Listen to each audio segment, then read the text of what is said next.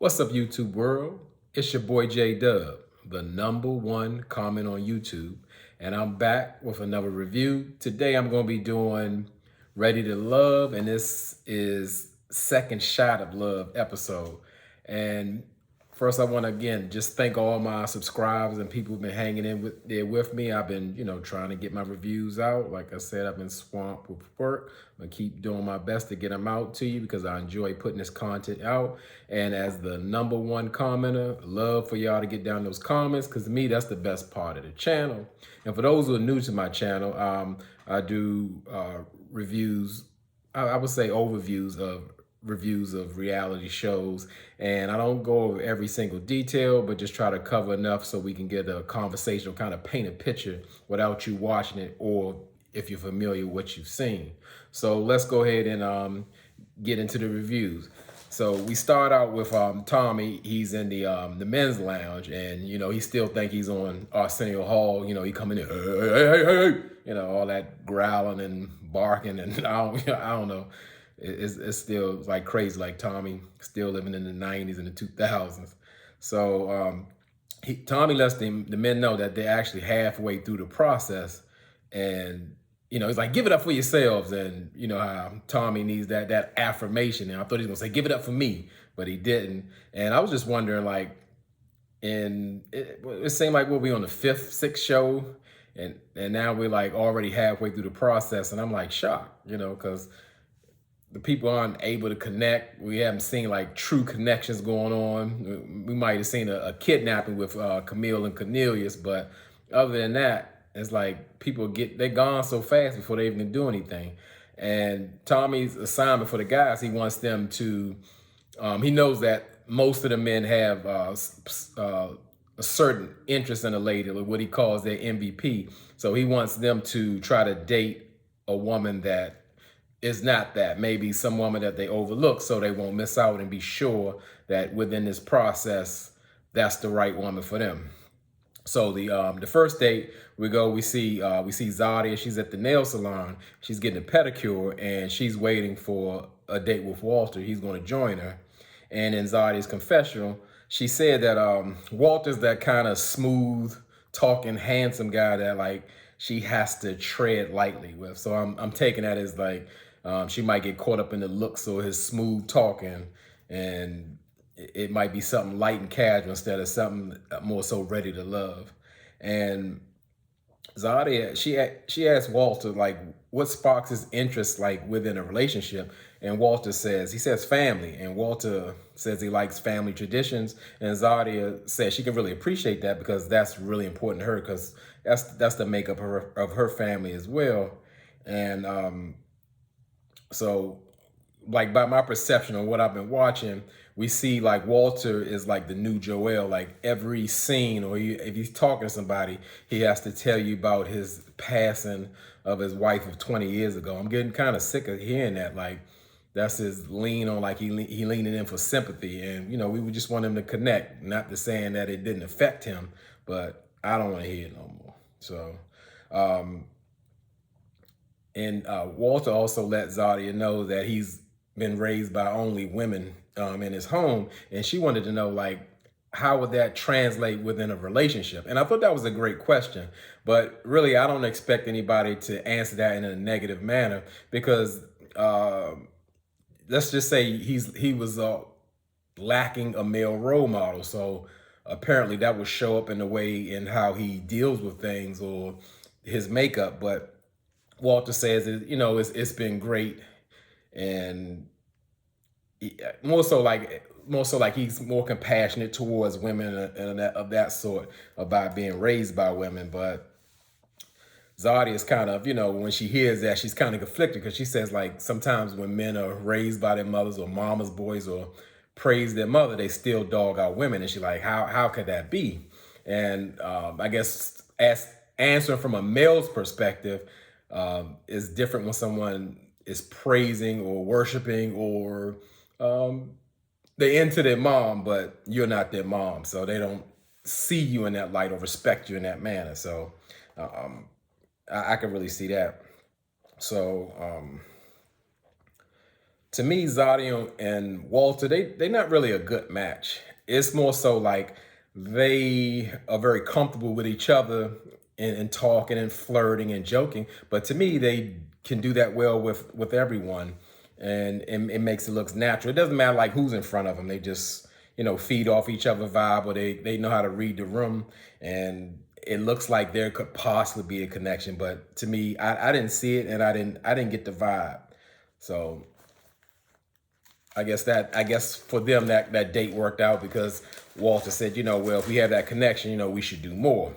So the next date we go to is Sabrina and the newcomer. Since Corey's gone, I'm gonna give him the title, Corny Sean. He just got here, but I mean, ever since he stepped in, he's just been a cornball to me. I'll never forget the lines of since he's an entrepreneur, he's a entrepreneur. After that, I was like, man, get rid of him, right? Just because he said that, I was done. So they're meeting at a Korean barbecue spot called Gogi Yogi. And I've eaten at like one of these spots, but it like really made me interested. It was like great advertising. Like, wow, that food looks great, or the atmosphere with all the colors, like I was in Korea. And I wanted to check it out. I was like, yeah, I have to go there. And because again, I'm from DC, or just paint a picture. DC is made up of 4 sections or quadrants. There's southeast, northeast, southwest, and northwest. Now, pretty much northwest is the primary place that you can actually get good food. Maybe a small section of southeast, but it has to be like close to the Capitol Hill, like closer to the monument and the Capitol, or where the most expensive houses. Other than that, DC is like, for us, it's really what we call a food desert. And when I say food desert, that means there's not a lot of great choices to eat other than like fast food. And a lot of us don't indulge in that so much because, we know better, or we know that there's more out there. And certainly if you're not really eating in Northwest or the very small section of Southeast, there's not a lot of good choices. And I mean, that's just a reflection. And you can go even further out in the DMV, in the sections where we live at, it's still like a food desert. It's hard to find great spots that are solid, give good customer service, serve good food.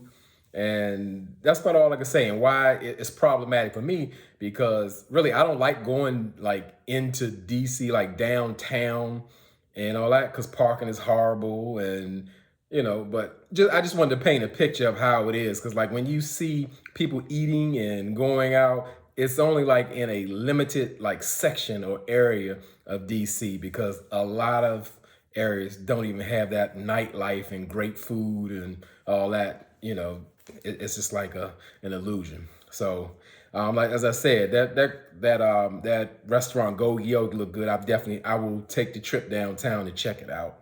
And I would say you can tell Sabrina, she's attracted to Sean. She likes Sean, and she's like very engaging the way she's looking at him, and she like, you see she locks into his eyes. She gives him a lot of eye contact. And Sabrina even offered to teach Sean Korean, which I was surprised because like I guess in the mixer in the beginning, Tyrone had went so hard and tried to sing her a Korean song. She's like, I don't really know Korean like that or whatever. She was teaching Sean, all kind of words and trying to get him to adapt to her language, which I thought was cute. And but I wonder if Tyrone felt any kind of way when he saw that scene. And to me, Sean, when he was talking to Sabrina, I really didn't like the way he come off. He was like backtracking or backpedaling what he was saying. It wasn't like very clear. He seemed confused, or like he was hiding something. And it was more so in the an issue when it came up about having children, because as from the previous day, Sean told Aisha directly, I like you, we have a connection and everything, but pretty much he has to have children, and that's a deal breaker. And I can understand it. I can get that. That's why one of the reasons why I said switch the formula with Married at First Sight and Ready for Love in my previous video. As far as the ages go, not that everybody wants children, but Most people who want to get married who haven't had children, they're going to want some children somewhere, for the most part. And within the confusion, Sabrina is usually good with like reading through, because I mean, like, she tore Corey apart. She broke through all that little fake play game and all that, and she straight up asked Sean, like, what does he want? And he was like, I want you. And she seemed to go for that. I'm like, I thought she was up on game and all that, because to me, Sean was more like, hey, I guess what would I want from you? I want another date and to explore more. But good and well, he knows that this has happened before and stated it previously that if a woman is not going to have his child, he doesn't want to really move forward. So to me, cutting through all that, what he's talking about, he wants to play with Sabrina. He wants to have a good time. He wants to hook up for real, because he already knows she's not having any children. And I just didn't like that. And I don't know if Sabrina's playing the game, or because she could be eliminated or what, but I just hope she don't take Sean serious. So the next date we see, we go to Phil and Aisha, and they go out to lunch. And in the conversation, Phil, he just gets right into it. He wants to know the real reason, or I guess Aisha's position of not having children, because he said he heard different things. And when she was explaining to Phil about, her stance on having children, she got really emotional.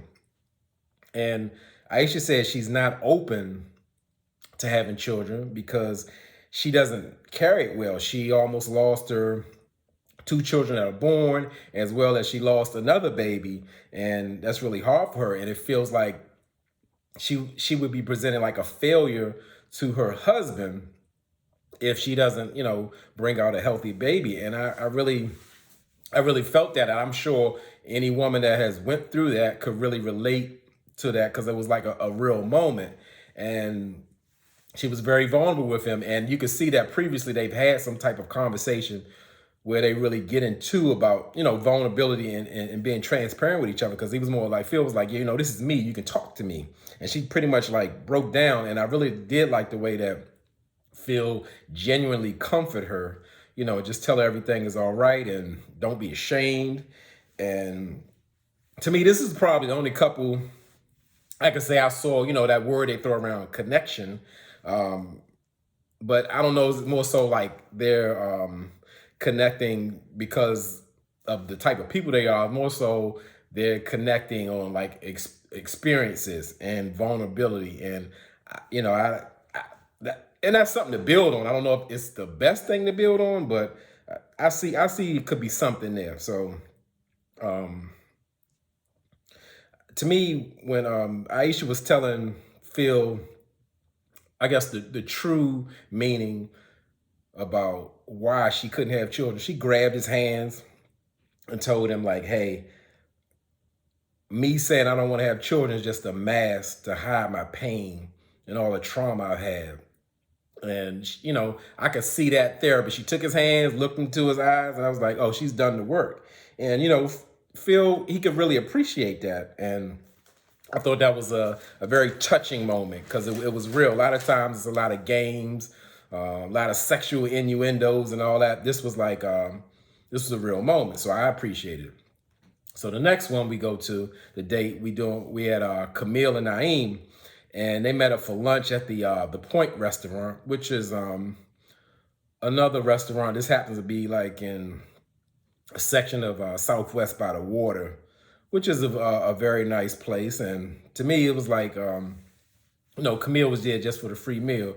And she said Naeem had set the date up and he had his Power to the People dashiki on. And I cracked up because, like, to me, as mismatched as this show is with the people, as of course how I'm offended by, being from DC, and these people are absolutely not from DC. Most of them, say 90% of them. Camille is at the same time, she's annoying and she's entertaining. She's the life of the party. She say crazy things. She looking crazy. She just, to me, she's the show.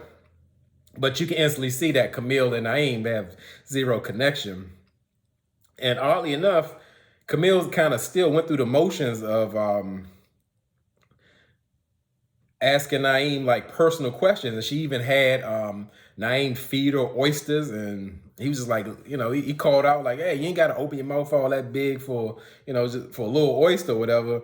And Camille, just, again, like I said, I don't know if she was playing the game or whatever. She was just going in the process like Naeem was like a candidate to be her man, and she had asked Naeem, did he want kids, and Naeem answered, he was like, well, more so I focus on the woman. And then she just went right into it. Well, how many kids? He was like, slow down. Let's start out with one. But I really respected that answer. Some people could take that in a different way, because why I say that, a lot of times on this show or what I'm seeing, and just in life in general, some people's focus is to be parents, or they get into a relationship or marriage and they just want to have kids immediately without even focusing on their relationship, to me, which is a mistake. Now, if you just want to be a parent and that's all you want to do, then yeah, that's the right direction. Because when your child is born, that's where a lot of the focus is going to be on anyway. So if you haven't invested or laid a foundation in your marriage or relationship, it's going to suffer, because you're not even feeding your relationship at all. So I respected what Naeem said. Some people may have taken like he just don't want to have kids. I take it as like he wants to start out what I think is like where a marriage should start out. You're focusing on each other, learning, growing, enjoying one another. Because when it's time to have kids, like a lot of that's going to stop. Your relationship is going to be revolved around taking care of your child. And I think a lot of people make that mistake. So that's why I believe sometimes so many people break up or go through such hardships, because they never even took the time to invest in their relationship, to get to know each other, to enjoy each other. Because, now you have a little person that you got to raise up for 18 plus years and take care of them and put a lot of focus on, when some of that focus could have been on the both of you. So, like I said, Camille just kept going on like Naeem is a candidate for ready love with her, which we know he ain't. And she was telling Naeem like, hey, I got a son and everything. And, what kind of role would you play in his life? And, you could tell he was uncomfortable, because that wasn't the vibe of the date at all. And Camille went to, and this isn't new. She's done it with Cornelius, and I think she did it with somebody else. She pretty much asked Naeem about his finances, and he refused to answer, which I understood, because like right off the break, Naeem took that like as a straight red flag. Like, this is our first date. In real life, we ain't connecting at all. Now you want to know how much money I make? And then he said he told her straight up, no, I'm not going to answer that. And she still kind of was like pressing him and getting into it with like, well, it's I know it's over six figures, like he looking at her like she crazy. He tried to end the day like with a cheers, like, cause this is fun, but you crazy, and I can't do none of this. And even like I said, as annoying as Camille is, she is the show. So like when they was leaving to get boxes for their food, he was trying to like kind of look under the under the napkin to see what food was left. Camille was like, don't do that. And she was serious. Camille is crazy. Crazy Camille. That's what I'm going to start calling her for all the time. So the next date we see is a group date. It's with Mumin, Sabrina, Frank, and Dante. And they go to Swingers. It's a downtown miniature golf place. And Mumin says she's connecting with Dante. And I didn't see the connection. Maybe they had some connection off camera, or the only thing I saw Mumin connect with Dante when he got behind her to show a golf swing. And I'm like, Mumin sure likes to have men behind her and hold on, and she's supposed to be like this wholesome woman who's waiting for marriage. That's kind of sexually charged, and I mean, I'm not judging the situation, but it's like it's conflicting in what she's saying. And we see in the next scene with Mumin, she's sitting down with Frank, and Frank suggests to do a Lady in the Tramp with a chicken nugget. But I don't know if it was really a chicken nugget, but it was like they put the food in their mouth and they both bite it, and they're supposed to kiss, but they didn't kiss. I think that's what Frank was trying to set up, but she was down for that. I'm like, Mumin kind of go with everybody. And I don't understand. I know this is a show and you looking for connections, but to like everybody and to be tight and close and grown with everybody, that don't make sense because she was locked in with Corey. Now she was feeling Walter. Now she talking about Dante on the same date. She into Frank. But I guess she had to deal with Frank because Sabrina snatched Dante away, and pretty much they were having a private drink or a conversation.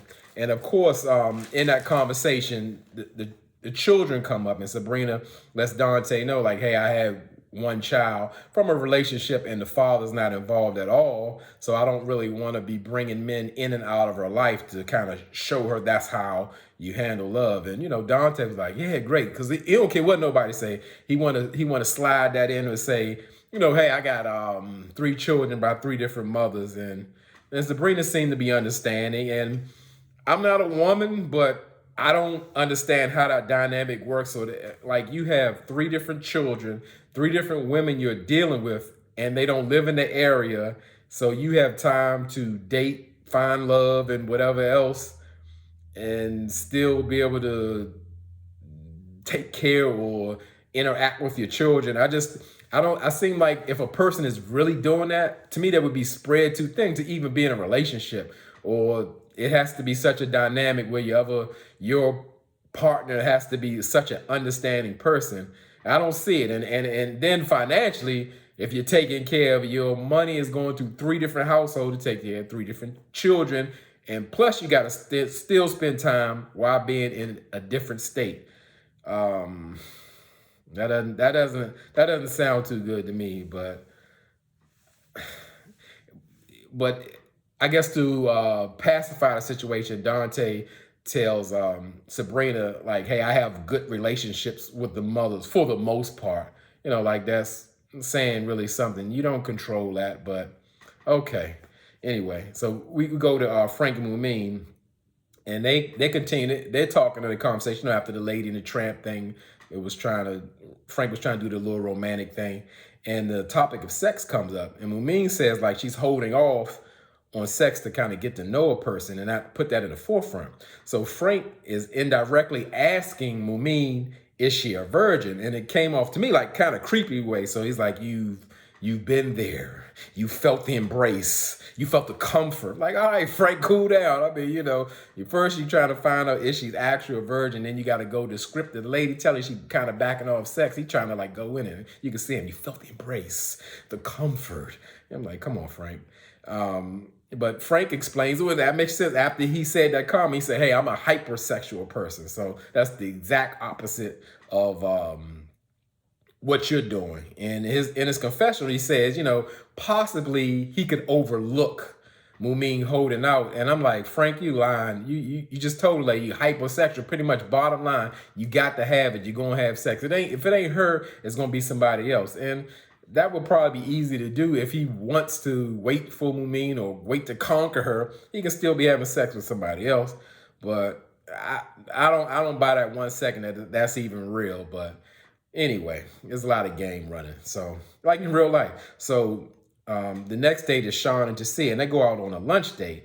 And to me, the interaction was forced. Like production put them on a date, and they talk about like religion and how they kind of came up in similar religious backgrounds, and Sean wants to kind of get back to that setting, and Tasia wants to know if Sean wants to have kids, and his little antennas go up, and he's like, yeah, because Tasia was telling him like, hey, my clock is ticking and my mama want a baby, and I'm like, like I don't like when anybody talks like that, like when you're talking about a commitment with somebody else about another person what they want. Even how Cornelius Thompson, well, it's probably time I want to make my parents proud by, like getting married. Like you're almost getting married for your parents. That's not something that you want to do.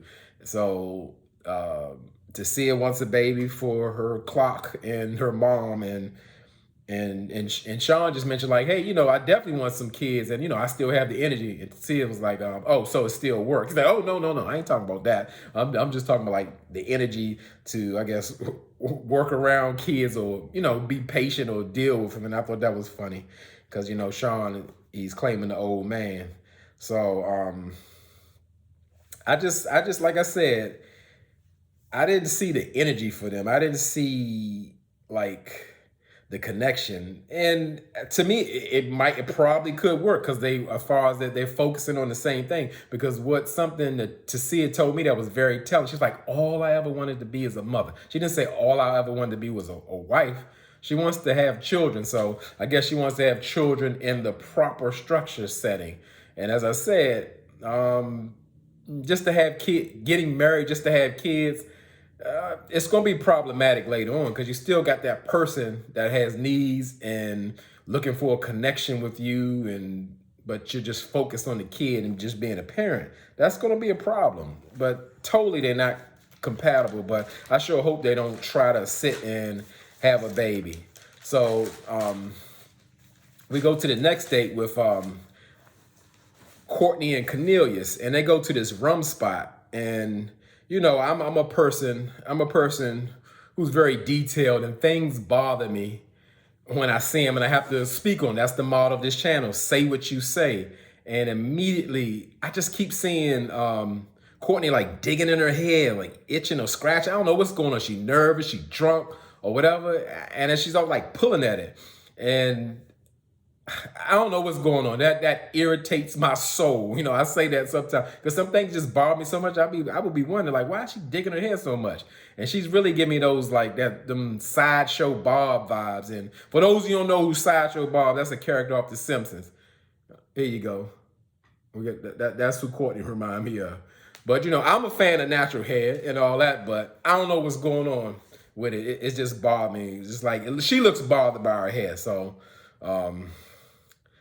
I don't know if it's anxiety or I don't know what's going on, but I kind of felt I felt a way where like Courtney was coming on like really strong on Cornelius. And you know, Cornelius, he gonna smile through everything. He gonna smile when he happy. He gonna smile when he nervous. He gonna smile when he upset. And to me, she was like really pressing up on him, and he looked uncomfortable, but still smiling, you know.